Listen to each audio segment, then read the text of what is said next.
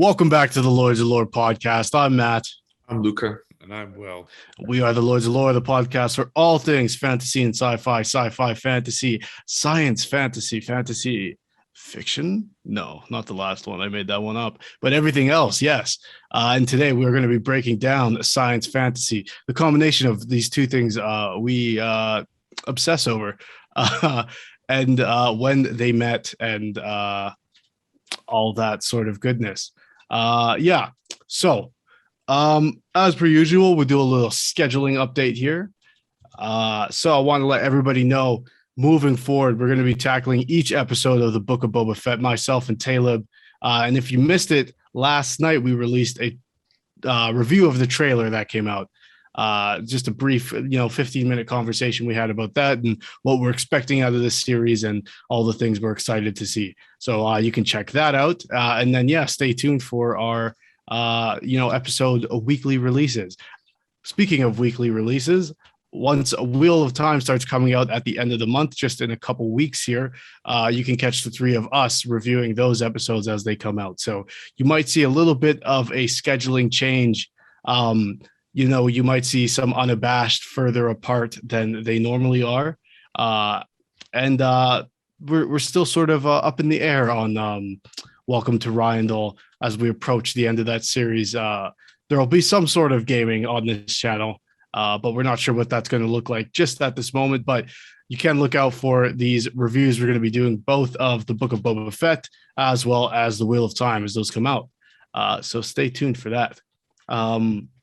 Last week, if you didn't see, we put out a spoiler and non-spoiler review of Dune. Anyways, we'll get into... we're going to skip over Luka's Litany of Literature, wherein Luka would usually have the podcast within the podcast tell us what's going on in his life. But what's going on in your life is a lot of time spent studying for your schooling stuff. So good luck with all that kind of stuff. Thank you. You absolute nerd. Watch more fantasy stuff. I was going to say up top, welcome back to Lords of Lore, the podcast where we'll find any excuse to talk about Dune for the next month or so. Yeah. And this episode is no exception. But before we do that, I'm going to pull back the curtain as we step into Matt's meandrous mumblings. And when I plan this segment out, which is to say I don't, I just put notes in my phone. So there's a few of them I want to bring up because I don't know if they'll be full conversations, but if they end up being that, I'll save the others. So I was feeling very sentimental, I guess, a couple weeks ago, and I put Christopher Tolkien taking up his father's sword, a la Buddy who kills Sauron. Isildur who kills Sauron and takes his father's sword and cuts off the ring. I was feeling weirdly sentimental about Christopher Tolkien finishing some of the stories that J.R.R. Tolkien had written. Thoughts on that thought of mine, if any? Indulge me. The first thing I thought of was the fact that Frank Herbert's son finished the Dune series. Straight back to Dune. Yeah. I did notice that as well, though. And that's really cool. Also, I guess maybe we could turn this into a worthwhile conversation about people picking up where their predecessors have left off. So what are your thoughts initially about that, Luka? Is that something that bothers you or you're okay with that? I'm perfectly fine with it. They have, if anybody knows the story, it's probably going to be the people who grew up listening to it, presumably. I know in the case of Tolkien, he told those stories as like bedtime stories for some of them. So I think it's great. Like, I want to see more. So where else to get it than directly from the source? Yeah. What about you, Will? I don't care if Lord of the Rings and the rest of the Legendarium was written for Christopher Tolkien's bedtime stories. What he did with Shadow of War is unforgivable. But was he involved in that? Yeah, he gave the okay or something like that. Oh, but I mean, at that point, it's like he just probably sold some rights off to WB or whatever. Heinous act. But actually, I didn't know this, but apparently like there's like with Dune, like Herbert Jr. like wrote some like expanded universe stuff, but also like one of Herbert Sr.'s friends or something like that also wrote stuff, but apparently those two versions like conflict. So yeah. Ooh, which one would you be more likely to accept as canon? Everything that like I've read and like watched and stuff like that, like videos on YouTube and people talking about it, it sounds like it'd be Frank's friends as like the stuff. He has the spice. I here's something that doesn't relate at all. It is probably a crappy metaphor or a comparison, I should say. Luka, let's say you met your untimely end, God forbid, and you had a son at some point. This is in the far future, but you were still running your D&D campaign.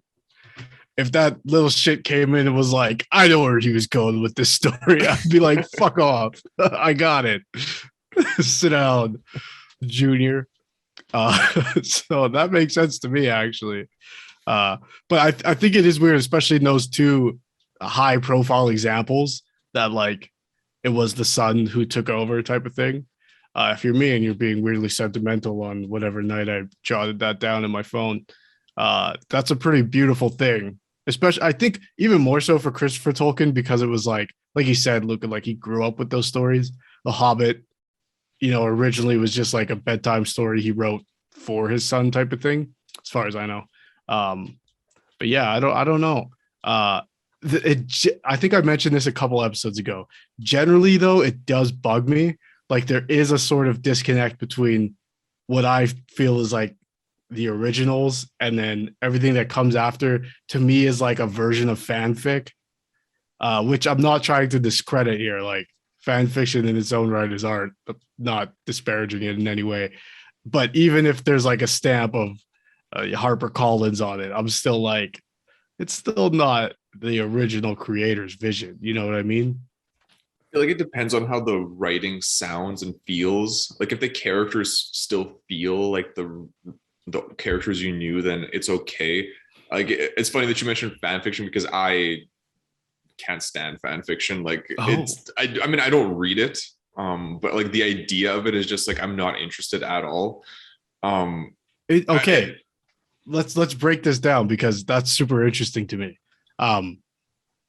So let's say someone was like super inspired by Tolkien and wrote a fanfic of what happens in Lord of the Rings, and somebody read and was like, this is super good, but you could never publish this because copyright. So then they just change all the names and location names and release that. And you read that story. Would it taint your appreciation of it if you found out it started as fanfic? No, because I feel like to make an original story, you'd have to change so many elements of like the original thing you wanted to create. Like if you're saying like you're writing an alternate story for Lord of the Rings, like with the same sort of setup, like that's the Wheel of Time. Yeah. Like, yeah, fair enough. So like that's all good, but it's like I don't need to hear an alternate history version of Aragorn's story, okay. Like somebody else is like, oh, like that's a cool character and those are cool setups, but I can do it better. Like, yeah. So then how do you feel about adaptations, right? Like we have the old Dune movie and now Denis Villeneuve's. How do you like, where's the difference there? Well, I mean, the completely different medium to begin with. Like a book and a movie are totally different. Sure. Yeah, that's fair. Like he didn't like adapt, like writing a book into a screenplay. Like it's different than being like, I'm going to rewrite, like you're writing the same story, telling the same story. See, like, and that's where adaptations are bad when they're like, I'm going to take your story and change things. And you're like, what are you doing? Like those are the bad films like Aragon, Percy Jackson, The Hobbit. At least not even so much that they're innately bad, but that's where it's easy to point like at the things that went wrong when you're like, yeah, you changed this like very important detail. Will, what are your thoughts on fanfic? Generally I stick away from it because who would ever write any I was about to say we actually had a commenter, a good supporter of the show, Goran, ask why you don't let us read your fanfic for a rumination. Because number one, I would rather light myself on fire, and number two, it's actually on an old laptop, and it's like the laptop is like pooched. So we can take out the hard drive. It's no problem. we don't have to. So yeah. But I think that would be, if we could, you should set a subscriber goal for us, and if we reach that subscriber goal, you have to let us read your fanfic. Okay, 1 million. Oh, come on. Let's go like 1,000, maybe 1 billion. 1 billion subscribers. Yeah, well, 1,000. I'll consider it. Okay, it's official then. You're definitely not getting my I'll draft up a contract. Oh, a soul binding contract. If we get to 1,000 subscribers, you have to let us read Skyrim by will. yeah. Okay, yeah, adaptations. Actually, I mean, usually I'm not the biggest fan of it, because unless like a studio is like throwing like an insane amount of money at it, it's usually kind of iffy. But okay. Actually, since we're on the Dune train, yeah, so like apparently there was like this one Dune screenplay that was written, and it was like a production that was supposed to happen in the 70s. Okay. And by this guy, I think his name is Alejandro Jodorowsky. And there was a documentary made in 2013 about it, because like it was like this insanely ambitious film that he wanted to make that would have taken like, it would have like resulted in like 10 hours of like that's what the movie would have been. Yeah, it didn't get off the ground because it was just like setback after setback. But like it was just like, it was like incredibly ambitious. But so like it's kind of cool, because I think like the Dune that just came out is kind of like probably close to what this guy was imagining when he got the rights to develop the screenplay and stuff. Because yeah, Dune 84 is kind of, it hurts my eyes. I watched it the other night. Like, I still haven't seen it. Yeah, me neither. Yeah, you don't have to. I mean, Sting is in it. I didn't know that. That was weird. Like, you know, like the singer from The Police. Yep. Yeah. He's in it. He plays a character that I think we'll probably see in Dune Part 2. Yeah, which is kind of strange. Also, like, there's like this one clip that's like, it's legit like a minute and a half long, but it's like 4 different people all yelling at each other to like shut up. It's like insanely funny, like when you watch it, because it's like you have like Paul yelling at someone from the Bene Gesserit, and then you have like that person is yelling at someone who's like a Harkonnen, and like it's just like, silence, how dare you speak over me, and then like the other person goes on. And like I think it's just because like when you have like not as big of a wallet to spend on a production, you sometimes let writing slip out, especially like if you're like relying on like, I guess like CGI and stuff like that more so, and going for like a wow factor, and like you kind of lose the spirit of dialogue and all that. So that's usually where I feel it. I mean, like Aragon is just like an abomination. Because like I just wrapped up like the book series the other day, and it's just like, wow, like what a disservice. Holy shit. And like even just like, yeah, just like watching like some of the lines and stuff like that, it's just like very like weird. So yeah, actually, you know what, since we're talking about adaptations, the Uncharted movie that's going to be coming out I'm not looking forward to that one either. Yeah, it doesn't look great. No, it doesn't. Is there a trailer out? Yeah. I haven't seen it. Yeah, I've actually also never played those games. I played the fourth only, and like the casting just looks bad. Like Tom Holland is way too young to be Nathan Drake. Mark Wahlberg is just a shit actor. Like he should not be headlining any film. Like He's a Boston cop who's somehow playing like the Yeah. exact Scully, right? opposite, Like the exact don't- opposite And of like there was Boston the cop. thing with Mark Wahlberg, like back in the day, albeit, but still, like he's was convicted of like hate crimes, and was he? no one fucking talks about it. Pisses me off. Yeah, I he didn't like even know put that. it. He put like a baseball bat to some old man or something like that. Yeah. Oh damn. Yeah. Anyways, we're getting a little bit off topic here. Anyways, Christopher would like to Tolkien put a took up his baseball father's bat. sword like a Sealdor. Yeah, that was Matt's meanders mumblings, and meanders it was. But the main topic that we'll just dive into today is science fantasy. So the combination of fantasy and sci-fi, which I didn't know had an official name, so that was cool to find out. Science fantasy makes sense. Initial thoughts, Luka, when you hear the combination of fantasy and sci-fi, where does your mind go? But wait, there's something I forgot to bring up in the last thing, and I'll just do it real quick right now before we get into that. So hold your thoughts there. Anytime I watch a new movie come out, because I'm a miniature painter, 3D printer, I like replicating props. I'm always looking for a prop to make from the movie. Recently, I just painted Ray's blaster for a Halloween costume. Maybe I'll put a little picture up here. But as I was watching Dune, I was like, oh man, I want that ring. I want that ring so bad. I think it's called the ducal ring. But I went online and no one had made a 3D file of it yet. So I was like, I will patiently wait until I could do it right instead of trying to make a horrendous version myself.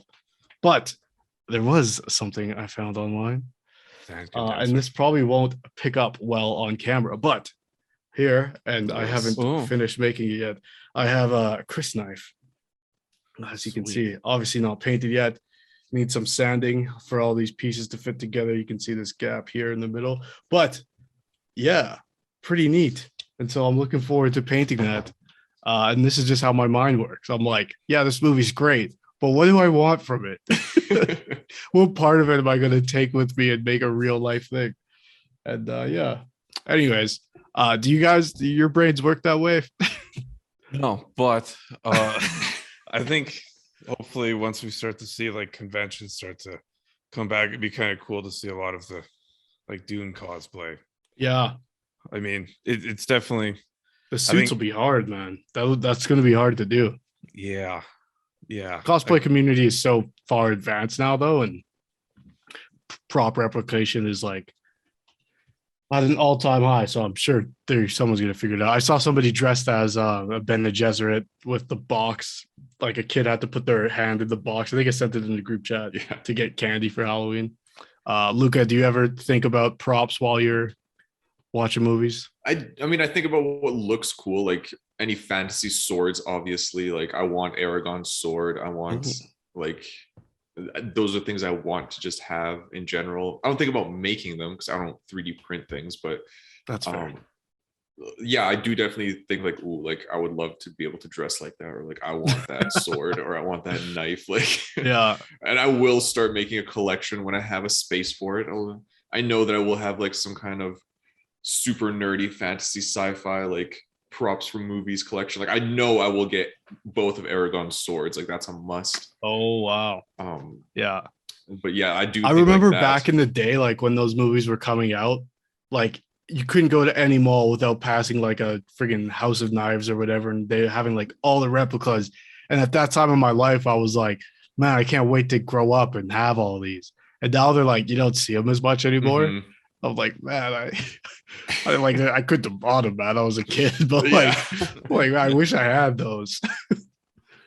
I know that they sell them. Like I was in New Zealand a few years ago, and I went to Hobbiton, which is like they kept the set because it was on a private farm, like a private guy's sheep farm. Right.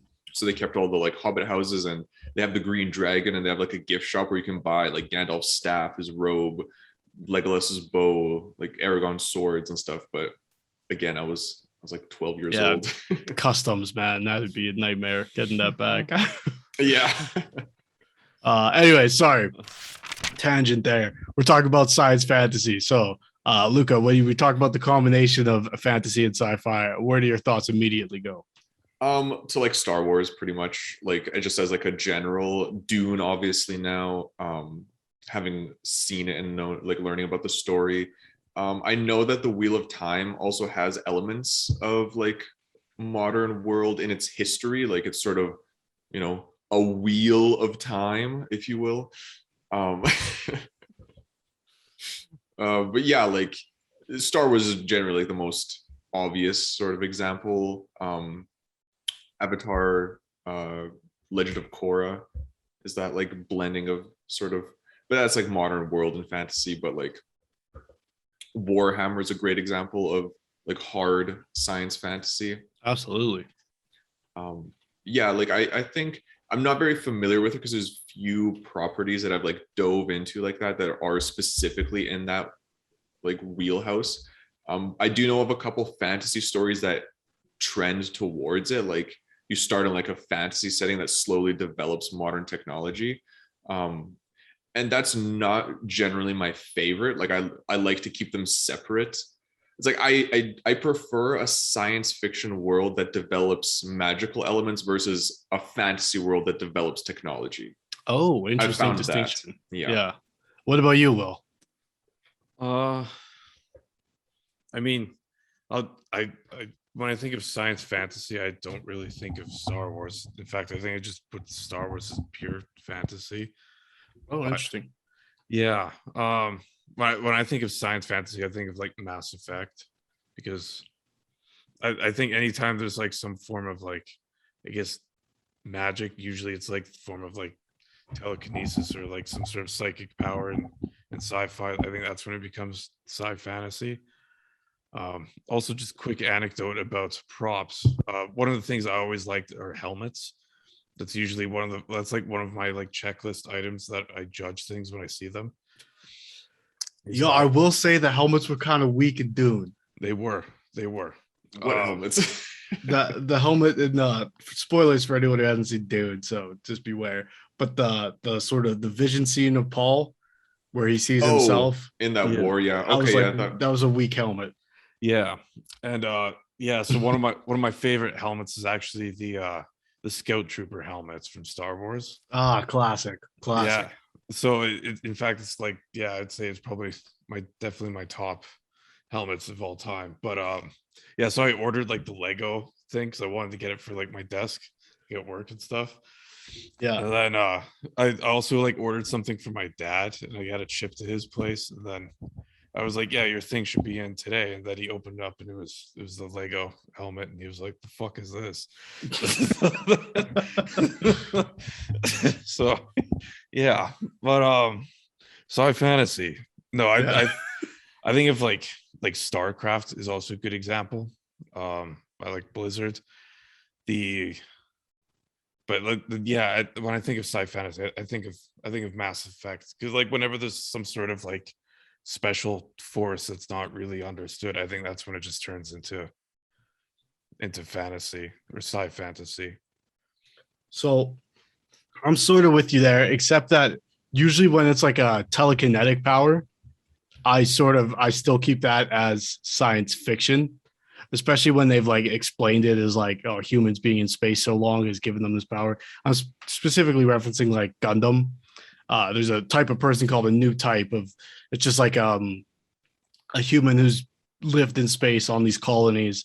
They develop these like different type of mental connection or telekinetic power type of thing. And they're like the next evolution of human. But that I still consider sci-fi because there's a scientific explanation to why they've developed that way. Whereas when you talk about Star Wars, the Force previously was described as something that was unexplained. It's this bond between all living things, blah, blah, blah. And then we get the sci-fi explanation of midichlorians, which midichlorians is silly in that, like, all the reasons people don't like about it, I tend to agree with. I can't say it's like wrong because that's always what, George Lucas had in mind type of thing. But to me, that sort of made the Force more like a sci-fi thing, whereas I think the strength of it before in like the three prior films was that it was like this mysterious magical force, opposed to like you have a higher red blood count, so you could move things with your mind. Just sort of makes it like, I don't know, kind of weak sauce in my opinion. But that's never really been brought up again. Influencing midichlorians has been like hinted towards, but never like outright said. So Yeah. Have they I don't ever know. even said the word after? Yes. Episode 3, Squid Lake scene. Says he was so powerful he could influence the midichlorians to create life. Yeah. But yeah, anyways. I feel like that's such like a dumpster fire to like even touch. I think See, that's why the way Rules I to stay preserve away. my love of Star Wars is to explain the midichlorians as like, microorganisms that are attracted to the Force. attracted to people who have a higher sensitivity to the Force. Yeah. Otherwise, I hate it. I can't fucking think about it too long because it makes me upset. Yeah. So like with like Mass Effect, it's like there's some sort of like accidents from some factory and a bunch of like this weird chemical got released and like on Earth, and then people started developing it. Like basically everyone who didn't get cancer developed some sort of like weird psychic ability, and then over time they figured out how to like replicate it kind of, or like the conditions, and then they like added like special like tools to like amplify it. But then there's like alien races who can use this like without using like amplifications and stuff like that. So I don't know, I think it's a little bit more sci fantasy just because that element is there. Yeah. Like it's almost like the Force, but not as I guess mysterious. Yeah. Or like well used, but it's also like kind of like a very important part of like how Mass Effect works and stuff.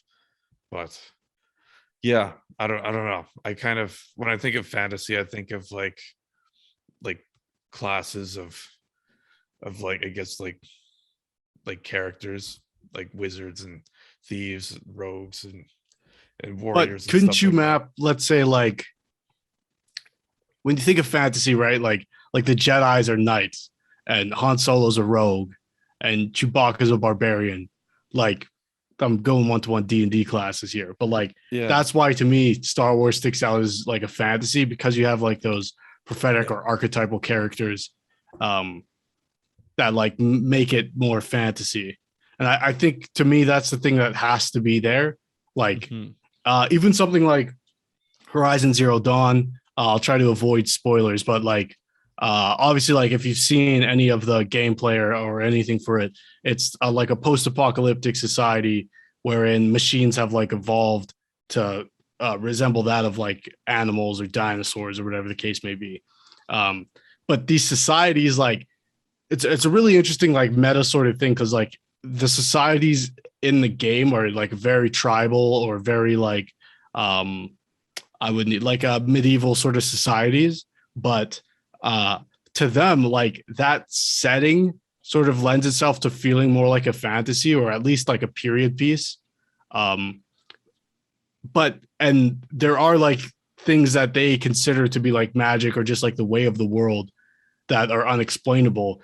But once you're like, as the player with the understanding of technology and technological advancement, you can point to the signs of like what the things they're referencing actually are. And so for you, like as the player, it's very much a science fiction story. But for the characters, it feels more like a fantasy. Like, even though, characters don't say I'm in a fantasy, but it's like, it feels more like the story itself or the setting is like a fantastic one, but all the elements that make it a fantasy are actually sci-fi elements. So yeah, I don't know. It has like the feel of a fantasy whilst being in this. So like, it's one that like, I don't even think there'd be anything like you could consider magic in that game, but everything sort of resembles that.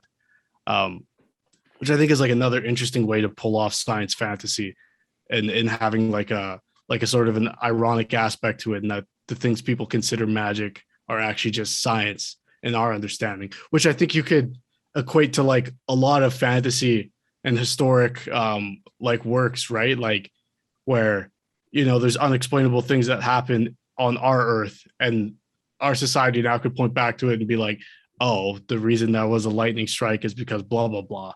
But back then it was sort of like, you know, if you didn't have a way to explain it, you could make something up that fit your sort of, you know, unexplainable explanation, I guess, if that makes sense. I want to read real quick a quote from C.S. Lewis, who that's Lion, Witch in the Wardrobe, Chronicles of Narnia. This is chunky, so I'm probably going to stumble over a bit of this. But he says, in the counter-natural worlds of science fantasy, the imaginary and the actual, the magic and the prosaic, the mythical and the scientific meet and interanimate. In so doing, these worlds inspire us in new sensations and experiences with such beauty, awe, or terror as the actual world does not supply, with the stuff of desires, dreams, and dread. Again, pretty chunky, but like pretty interesting, the high praise we get from a science fantasy from a more sort of traditional fantasy author. Whereas like his fantasy takes place in the real world in sort of like a different offset dimension and has really no scientific aspects of it, which I thought was interesting that there'd be such high praise. Yeah, any more thoughts on science fantasy before we get into some examples? It's like a difficult to define quote unquote genre. It just like lives between like the hard fantasy and hard sci-fi, and like even like we were just talking about, like some people would classify the same property on like either side or Right. like in between. So like honestly, I've never even heard of that term, like science fantasy. But yeah, I mean, it has a large potential for interesting stories, and I think there's like sort of the opposite of or no, very similar to what you were talking about, Horizon Zero Dawn, the Broken Empire trilogy by Mark Lawrence. It is a post-apocalyptic Earth that is developed into like another like medieval society, and then like they can't explain anything of what happened prior, but like you as the reader don't see any of those things as magical elements, and there is legitimate magic in it, but there's like so many other things that like they can't describe and explain, but you as a reader living in the modern world, like, yeah, I know exactly what that is. Right. And like that's just like those are cool, like almost Easter eggs for like the person experiencing the story. Right. So, like, that's like a cool perspective to have as the viewer.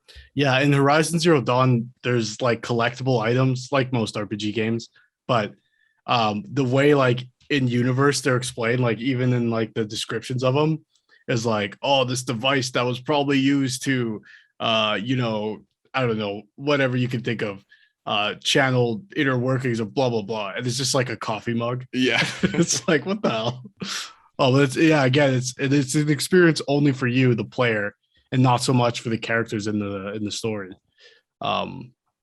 Yeah, I guess we'll move into some examples, but I want to sort of actually before that, Luka, what would you actually like if you were going into a bookstore? Where would you think you would find Star Wars books? In what section? I would assume sci-fi. Sci-fi. Okay, Yeah. and where do you think you would find Dune? Also sci-fi. Also sci-fi. Yeah. But Will, do you think you would find Star Wars in fantasy or sci-fi as well? Yeah, okay. I've seen Star Wars in fantasy. In fantasy. So yeah, I agree. Like both of you are right, because I think it depends who's shelving the shelves that day. You like, because sometimes I'm like, where the fuck are the Star Wars books? And then, you know, I got to go to sci-fi, and I'm like, this is wrong. But obviously, like, science fantasy is too small of a genre to, you know, have its own sort of section. And because it's sort of the meeting of the two, I don't know. But I was actually interested to see that Dune fell into sci-fi and not fantasy. I think it has to do with the eye test, you know, like it's like when you just read the summary of the book or like see a poster for the movie, it's like it looks more science fiction than fantasy. Like you need to read Dune or like read a Star Wars book or like watch a movie and then like think about it to be like, yeah, there's like fantasy elements to it, but like futuristic technology, it goes into sci-fi. Like for like a casual person just deciding, you know, like somebody that doesn't read those books is like, Yeah. oh, like I see lightsabers, sci-fi. Like that's, you know. Yeah. Yeah. That's fair. And Okay, so sorry, go ahead. Will. yeah, I think also there's just like the common elements that you see. Like I would say Dune is sci-fi just because it's dystopian. And that's usually seems to be like a common theme. There's also like that theme of like exploration as well, which is, I mean, space travel and all that stuff. I think it's like a core thing to sci-fi. That's why I think Dune just leans a little bit more towards sci-fi. But I think usually like the benchmark that I use is like Star Trek and then Star Wars, and then just where does that stuff fall in between? Yeah, that's the sort of where I have trouble is like, if Star Trek was next to Star Wars in a bookstore and the shelf above didn't only say books that start with star, I would have a big problem with it. Like, because those are two like completely different, and I love both of them, but they're not the same type of storytelling. Like, Yeah. Star Trek is hard science fiction, and I don't think Star Wars fits in there at all. Like, I would even, like, I was talking about this a little bit earlier, like, and I think asking people like Star Wars, is it fantasy or sci-fi, is a great sort of like barometer, sort of conversation starter, because it's like there's arguments for both sides. And I know for other people, probably not us three here, but when they go to a Star Wars movie, they're more interested in the lasers and the flying ships and being in space. Whereas for me, you could take all the science fiction aspects away from Star Wars, and it's still like I'm still there and interested in it. Like all the things that I love would still be there. I do love the ships. I do love, laser guns and whatnot, but all of that sort of could happen on one planet, and I think Star Wars Visions does this like perfectly, in that those stories, a lot of them are just isolated to villages even, or planets, without sort of going into the larger galaxy. And those are the ones that feel most like Star Wars, things like the Duel and the Village Bride, even the Ninth Jedi to a certain extent, like those sort of, or the Duel, not the Duel, sorry, the Elder. All those stories sort of take place localized and still have all the elements that make them good Star Wars stories. But if you stripped away all the science fiction of it, it's still the same story. You don't lose any of what makes it what it is. I don't know if you could say the same for even something like Dune, or of course not Star Trek. Yeah, I don't know. For me, the appeal of Dune was like being equal parts fantasy and equal parts sci-fi, or at least the sort of the setup between factions felt more like a fantasy than it did a sci-fi. What about you, Luka? What was the appeal of the science fantasy aspect for Dune? I think it was like just the massiveness of the story, and like you felt the scale so much in the movie. Like that's like it is very heavily into the sci-fi, but again, it's so grounded because of the fact that they don't use computers and that kind of technology. So like, but then like the fantasy elements are very minimal. Aside from like the voice, there's really nothing. Like spice in the voice, like that's it that we sort of got. Like, spice is a great point, because it's almost like the epitome of, or like a very good metaphor for science fantasy, in that for one group of people it's this very like spiritual thing, and for another group of people it fuels their science fiction needs. Yeah, exactly.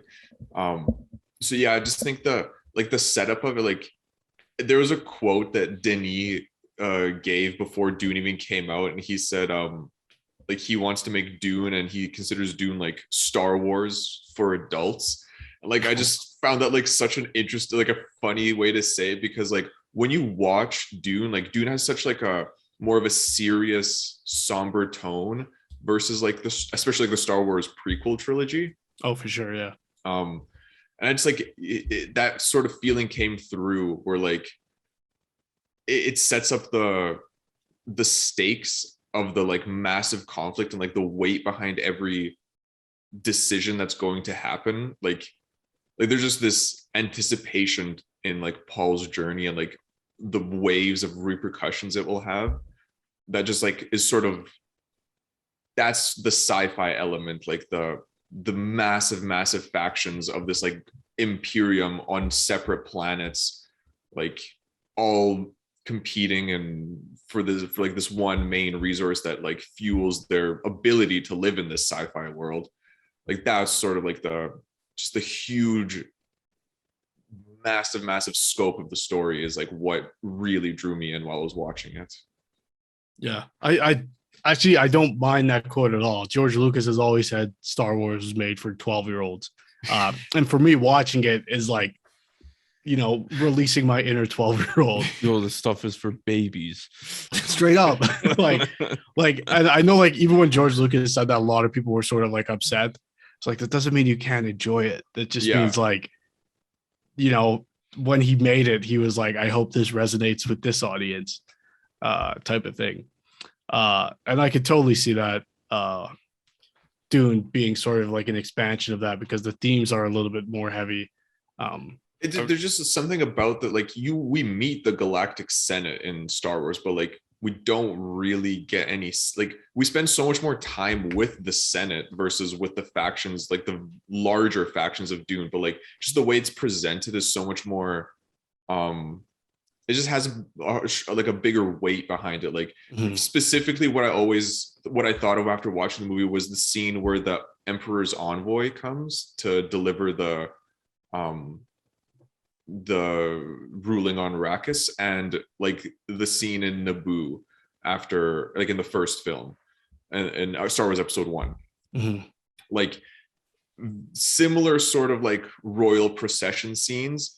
And if anything, the Star Wars scene had like a larger audience there and like more characters added, but somehow the weight of that moment in Dune was so much stronger than that in Star Wars. And like that's sort of like the difference in feeling and aesthetic. Yeah, I also feel like Star Wars sort of boils down because like I think Star Wars very much boils down into black and white, like good versus evil, and do the right thing. Whereas I feel like Dune is sort of like Lord of the Rings more, where it's not an allegory. Like it's just a story of things that are happening to people and how they respond. And if anything, it's an allegory for like colonization. Like you could see it as that, but you know, colonization in itself is not an allegory for anything. It's just a shitty thing that happened. Like it's just, you know, our own history sort of being reflected back in the guise of this sci-fi or science fantasy. So yeah, I don't know if like it, I guess, yeah, to your point, it feels more mature and less, I don't know. Star Wars to me just feels like, and I don't have a problem with it being this much, but I like that it's just good versus evil. Whereas I think in Dune and stuff like that, you got a little bit more time to, you know, make sort of more than one point. Will, what are your thoughts on that? I wonder if maybe because like I started reading like the book and stuff, and like I've noticed that he gets into like it starts off pretty similar, like you're just like in media res, like right in the middle of the story kind of, but I feel like the book, like I think it's harder for like the movie to like describe like in like detail like all this, like I don't want to say like world building, but like some of the details in it that kind of lends it more towards sci-fi. So I think maybe the movie just comes off as a little bit more fantastical, just because it's not really getting it like it's not taking the time to like explain how a sand condenser works as much as like the book would, or because like as we talked about before, like there's not that much exposition and stuff unless it's talking about the the still suits. The suits, yeah. Yo, actually, the still suit does this. And this. Like, because I fell down like the Wikipedia, like the fandom wiki of Dune. Like, I fell down that hole pretty hard the other night, and like, yeah, like some of the stuff that like just seems very, very insignificant is like highly detailed, and I think also a lot of that comes from like the expanded universe books. So I think maybe over time the series became a little bit more sci-fi.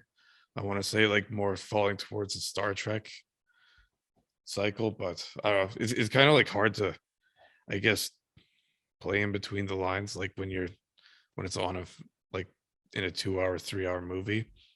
So I just wish it was a TV series, not a film.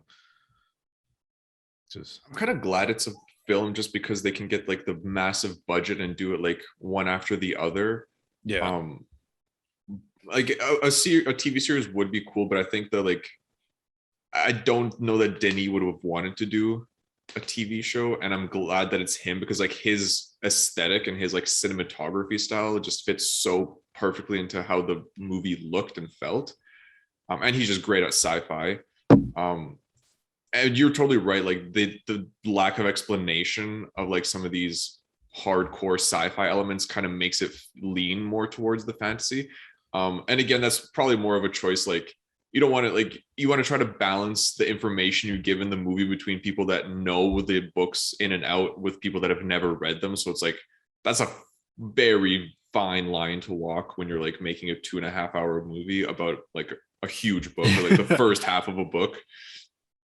Yeah, that being said too, like I obviously haven't read the books yet. So if there was like later on in the story, and Will, don't tell me if there is an explanation for why the voice works the way it does, and it was like a scientifically logical based off the universe it happens in explanation, it would definitely fall more to sci-fi for me as well. But maybe it's just a combination of like mystical telekinetic power with knives that I'm like, oh, it's a fantasy. I'm in.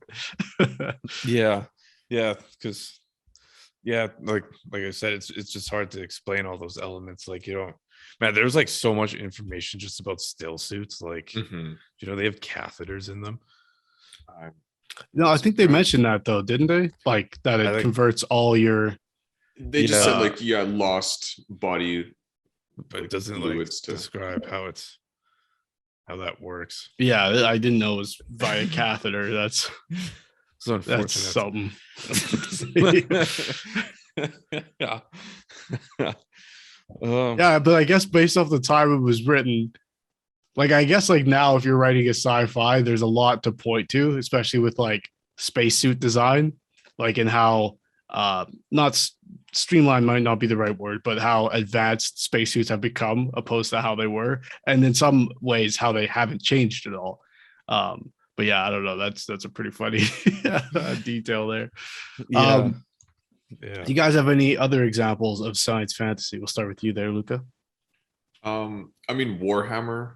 Like I haven't read any Warhammer books, and I don't play the game, and I don't paint the minis, but I've watched a lot of videos about the Warhammer universe, just because there's like a couple YouTube channels that make like 2-3 hour long videos, and sometimes I'm just like, oh, let's listen about the Imperium or like the Horus Heresy. Yeah. Like that's like hard sci-fi and hard fantasy, which is interesting, like a very cool combination. Obviously it takes ideas from like all the famous works of science fiction. Like to begin with, it copies Dune entirely, and the like technology's been banned. They just do it in a slightly different way from what I know. Yeah, you could literally take the entire Dune universe and just like plug it onto a single planet, and that's just like a normal day in the life of 40K. Yeah, it's just like horrifyingly wretched, like just terrible. Everything is so dark and depressing. Yeah. But like there's so many magic systems between like there's like the tons of different races, and it's like it's a very strong blend of both hardcore sci-fi and hardcore fantasy. I just don't know if the quality of the writing, I don't know, Will, have you read any of the Warhammer books. It's not that much quality. Yeah, like I figured it wouldn't have like that quality of writing in terms of like its books, because it's a game to begin with. Like it's a tabletop role playing game. It's a lifestyle. um, I actually like the Horus Heresy is pretty good. It's like the prequel series, but yeah, I don't know. I usually tend to stay away from 40K. I usually stick to 30K, like the prequel. Okay. But that's did they do like a whole game for 30K too? Okay. Yeah. Because like 30K is just like there's less. It takes place like 10,000 years prior, like during the Civil War, and then like it has like the Space Marine legions as opposed to like the chapters. So like there's less, I guess, like unit diversity and stuff like that. Right. But I just think it's cooler because like the battles are like 10 times as big. Okay.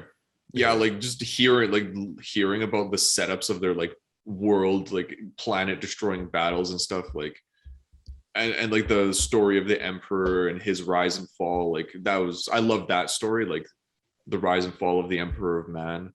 Like that was awesome. Yeah. I don't even know what else. You guys give some examples and I'll dive in.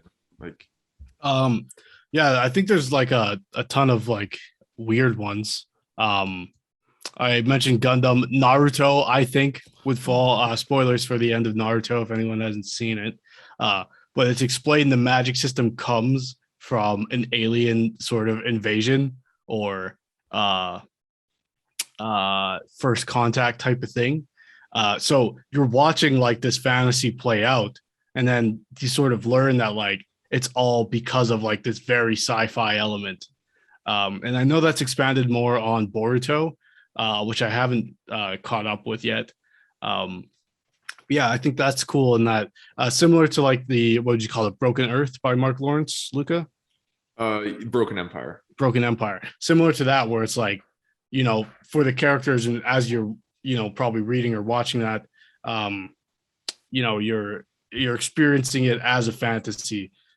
Sort of the same with Horizon Zero Dawn, but then all the explanations of things are coming from like this one particular, whether it's like a post-apocalyptic situation, or in this case like this weird alien contact thing, which changed the course of the world forever. So Naruto is a cool example. Not so much in like that there's a sci-fi aspect throughout. There is like weird science that goes on, but it mostly has to do with the magic system. But I just thought it was cool that the magic system was a result of like this sci-fi thing. Final Fantasy, as you can see behind me, I'm not a Final Fantasy stan or anything. I haven't even really played any of the games. But like you, Luka, I dived deep into like the Final Fantasy lore at one point, most of which I don't remember. But it was a good way to pass the time a few years ago. And yeah, that's a weird sort of universe, and the aesthetic very much takes on one science fantasy, which is fucking cool, man. The first Final Fantasy thing I ever was like aware of was Advent Children, the movie. I think it came out in like 2005. So I saw it when I was like in the 5th grade, and I was like, holy fuck, this is sick. Just like the sort of like, I don't even know what you would call that, like clothing style, but like very modern, and then meets giant fucking swords and motorcycles, and like this weird death angel magic fucking villain and stuff. Super fucking cool. Not quite Star Wars, like more modern science fiction than Star Wars, I guess you could say. But yeah, the fantasy elements are sort of similar, and that there's like this unifying force that binds everybody together type of thing. Don't remember what it's called. Final Fantasy fans, if they're watching, are probably like, what? But yeah, anyways, that's my recollection of it. Samurai Jack. Oh yeah. Yep. Yeah. Taking one. Like a fantasy character and flinging him into the far future sci-fi world. Super fucking cool. And the only sort of constants that remain fantasy are like the character himself, Jack, and then Aku, like the villain, who are sort of like fish out of water. Not so much Aku, but Jack for sure, in this sort of sci-fi setting, but maintaining their fantasy elements. Super cool. Masters of the Universe, another property I'm not very familiar with, but sort of has some science fiction aspects with like the spaceships and whatnot, and the technology they have. Yeah, Adventure Time is another one that feels like a fantasy as you're watching it, and as the sort of onion layers get peeled back, you realize this is like a post-apocalyptic world, and some of the fantastical elements are explainable via that post-apocalypse. Dragon Ball, you get these magical shonen warriors in this like future version of Earth, which also contains dinosaurs. Not sure how it works. It's very cool though. Yeah, and then I guess Sega, the graphic novel, has like this sort of magic versus technology at sort of the core of the conflict of those stories. So those were some. Hunter You just Hunter reminded me. Yeah, You guys need to see that. One of the best anime ever made. It's like a Damn. modern world, modern technology, but it has the magic system. Like, right. fantastic. Oh, we got Headband Will in the cut. Yeah. Give us some of your examples there, tough guy. I honestly, I think my main one is Mass Effect. I played the entire series like start to end, and actually Mass Effect Andromeda, which is I would say is probably like the most controversial one. I loved it just because it definitely had a little bit more of the fantasy element, like just on like the player's abilities, like you can throw lightning bolts and like warp people with like you like hit people with like this weird telekinetic energy, but it like rips apart their cells and stuff like that, and you can like change your abilities on the fly based on your like implants and stuff. But like I loved it just because of like the space exploration theme. Like you're fighting like this faction of like I guess like enemies and stuff like that on um like different planets and like different areas and environments. Like you're fighting these alien dudes like in like this like frozen planet, but like there's also like environmental hazards and stuff like that. Like if the temperature is too low, you could like your character will like die and stuff, or the shields can't like take like radiation. um I think Mass Effect is probably what I like when I think of sci fantasy. I think of Mass Effect, um which hopefully we get Mass Effect 5 soon, or 4. But what would you say about Evangelion? Yeah, I guess I mean I haven't finished that series, but Really? based off some of what I know, I would probably put that more sci-fi. Yeah, it gets like really fucking weird near the end. Like Yeah. also like super depressing, like very depressing. It's like you just I've like heard watch, this. yeah, you like watch like the one of the main characters basically just unravel by each episode. No spoilies. Yeah, it's very very demented, but Yeah, that much like I've heard. yeah, like by the end of it, and like even some of the movies, it's kind of like I'd say it kind of leans more towards fantasy because it has like that element of like supernatural entities being involved. Um, yeah, yeah, Yeah. hell yeah. I also wanted to bring up Bionicle. Bionicle, I'd say, is Fucking- sci-fi and fantasy. Something Kopaka the Ice God. They're like scientific beings, but they have like this fantasy system. It's just all the pieces of Lego that fell underneath my bed fighting for their lives. The Great War. Yeah, I guess you could also say like Transformers. And that like it is high sci-fi. Well, okay, not any of the ones that take place on Earth. So the first 5 minutes of Bumblebee is like a really cool science fantasy film, and then it immediately turns. Bumblebee actually is a pretty good movie. I didn't watch it. Yeah, I stopped watching them after the third, I think. The third one's pretty good too. Mark Wahlberg ruined the series for me. Right. Do you I see- wasn't gonna. Do you I wasn't see- gonna watch any of the Mark Wahlberg ones, to be fair. So Yeah, I can't really speak to those. You I mean, ruined the dinosaur Transformers. That's the worst. Yeah, they lost me hard when they were like King Arthur fought with Transformers. Like There you go. I Science fantasy. Yeah, like no, that I just remember watching the trailer for that was before one of the Star Wars movies or something. And I was Mhm. like, what did I miss? What the fuck happened? The Mark Wahlberg just kills series, man. Yeah. Anyways, I think that'll sort of wrap it up for our conversation on a science fantasy. Like I was saying before, we got some programming changes coming up, so stay tuned for all that stuff. Our reviews of Wheel of Time and the Book of Boba Fett as those start to come out. And yeah, moving forward, we're still going to do our regular scheduled Tuesday show, talking about some niche topic. You know what? Next week, let's do props. okay. Let's do movie props. So we did an episode on MacGuffins a while ago, but I don't think we got into like just I like this thing because it's cool. Yep. So let's do that next week. That'll be I'm fun. down for that. And then yeah, so check out this Friday. You can see an episode of Lords of Lore Adventures where the three of us will be going on an adventure ran by DM extraordinaire Cam Chapman. And next week, our episode on props, which you can see, and then I don't know what's coming out next Friday. I gotta check and make sure. Something you'll find something there in the Friday slot. Yeah, thanks for hanging out. Make sure you're following us on. Hopefully, I'm at the bottom of the screen.